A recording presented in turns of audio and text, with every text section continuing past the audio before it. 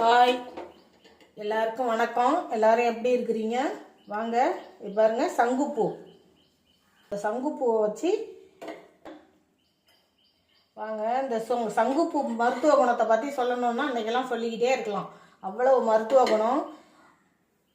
ஞாபக சக்தி இல்லாத பிள்ளைங்களுக்கெல்லாம் இதை நீங்கள் எந்த விதத்துல டீ மாதிரியோ இல்லை வேறு எதுலையோ பாலில் காய்ச்சி இல்லை பிரியாணி மாதிரி எந்த மாதிரி செஞ்சு கொடுத்தாலும் சரி, ஞாபக சக்தி இல்லாதவங்களுக்கு, நரம்பு மண்டலம் பிரச்சனை உள்ளவங்களுக்கு, ரத்த ஓட்டம் சரியில்லாதவங்களுக்கு எல்லாத்துக்குமே இந்த பூ ரொம்ப உடம்புக்கு நல்லது.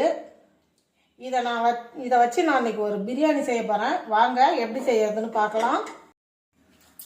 இந்த டம்ளரால் ஒரு டம்ளர் பாஸ்மதி அரிசி எடுத்திருக்கேன். இதை நல்லா 2 தடவை கழுவிட்டு ஊற வச்சுக்கலாம்.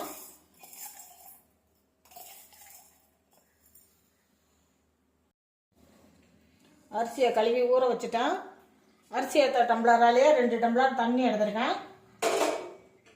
அந்த தண்ணியில் இந்த சங்குப்பூவை போட்டுக்குவோம்.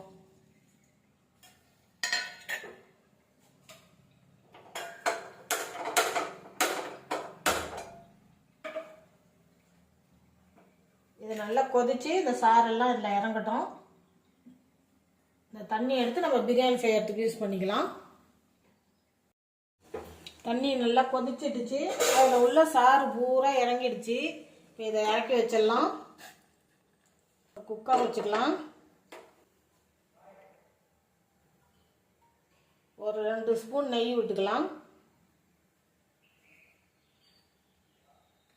கொஞ்சம் எண்ணெய் ஊற்றிக்கலாம்.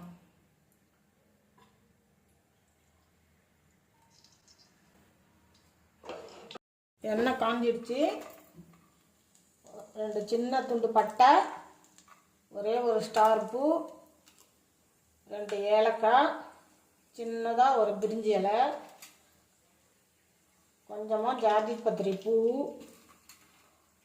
ஒரு 3 கிராம்பு, கொஞ்சமாக சோம்பு.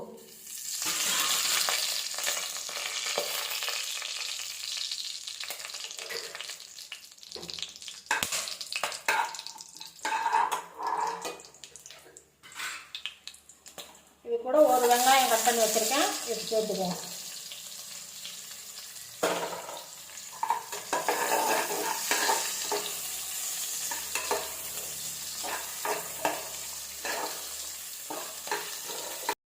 வெங்காயம் வதங்கிடுச்சு. ஒரே ஒரு தக்காளி எடுத்து கட் பண்ணி வச்சுருக்கேன். அதையும் இது கூட சேர்த்துக்குவோம்.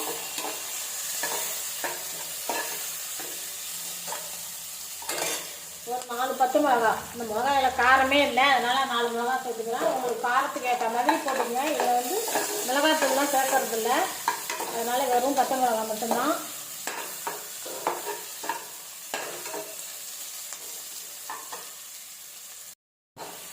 வெங்காயம் தக்காளி வதங்கிடுச்சு. ஒரு ஸ்பூன் இஞ்சி பூண்டு பேஸ்ட் போட்டுக்கலாம்.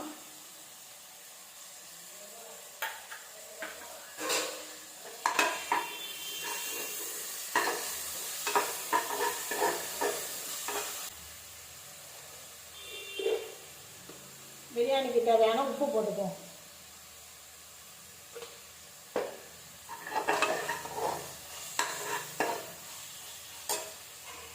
இந்த சங்குப்பூ கொதிக்க வச்ச தண்ணி இருக்குல்ல, அதை எடுத்து இது கூட சேர்த்துக்குவோம்.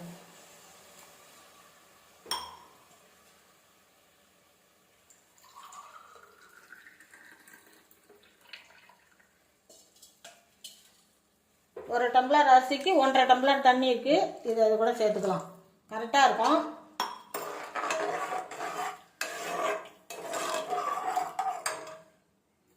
கொஞ்சமாக கரம் மசாலா போட்டுக்குவோம்.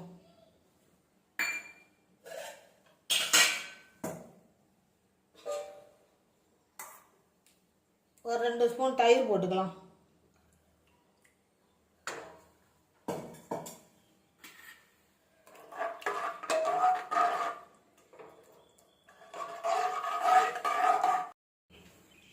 இந்த ஊற வச்சிருக்கிற அரிசி எடுத்து இது கூட சேர்த்துக்கலாம்.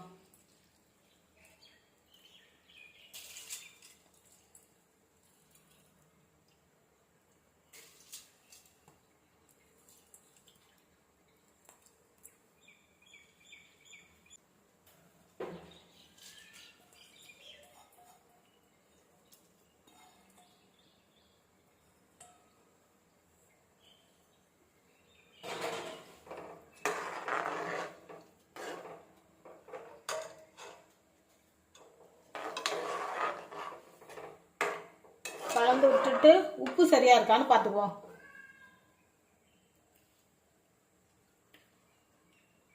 உப்பெல்லாம் சரியாக இருக்குது. ஒரு கொதி வர வரைக்கும் குக்கரை கொஞ்சம் மூடி வச்சுக்கலாம்.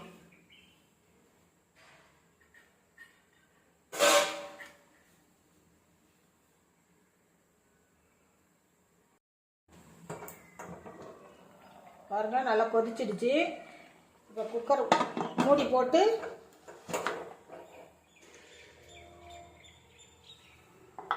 விசில் போட்டுக்கலாம். அடுப்பு அப்படியே சிம்மில் வச்சு ஒரு 15 நிமிஷம் இருக்கட்டும். 15 நிமிஷம் கழிச்சு ஓப்பன் பண்ணி பார்த்துக்கலாம். வாங்க, 15 நிமிஷம் ஆயிடுச்சு.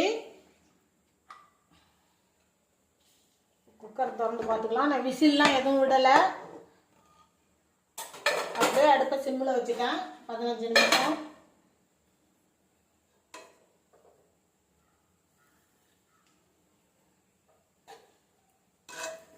பாருங்க, பொல பொலன்னு சூப்பராக பிரியாணி ரெடி ஆயிடுச்சு.